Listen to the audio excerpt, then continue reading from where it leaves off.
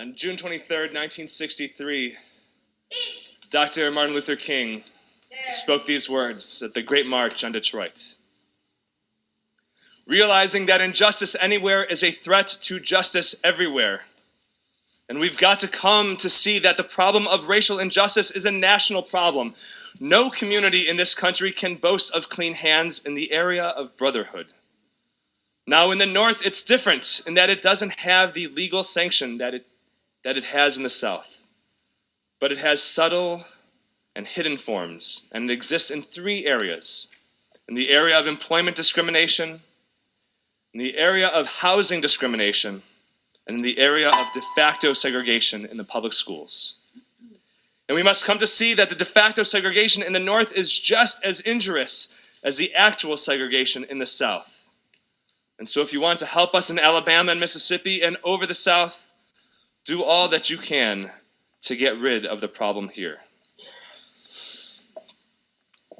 In other words, we cannot talk about the egregious problems happening over there without addressing the more subtle problems happening right here at home.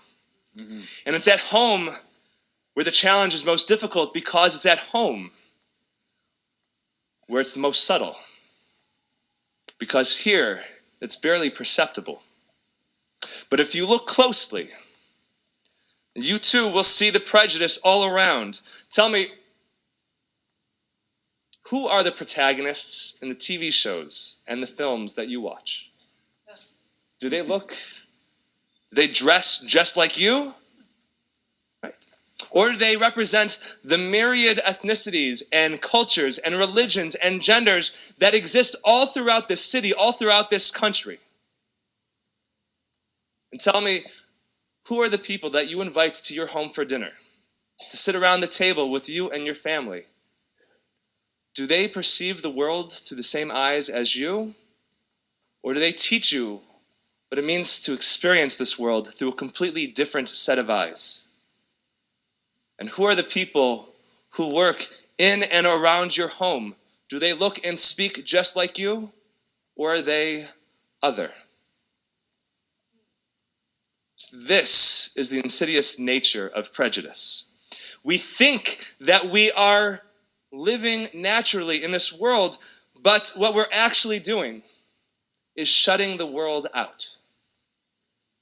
But thankfully, Dr. King teaches us that we can help change the world by changing the way we engage in the world that immediately surrounds us.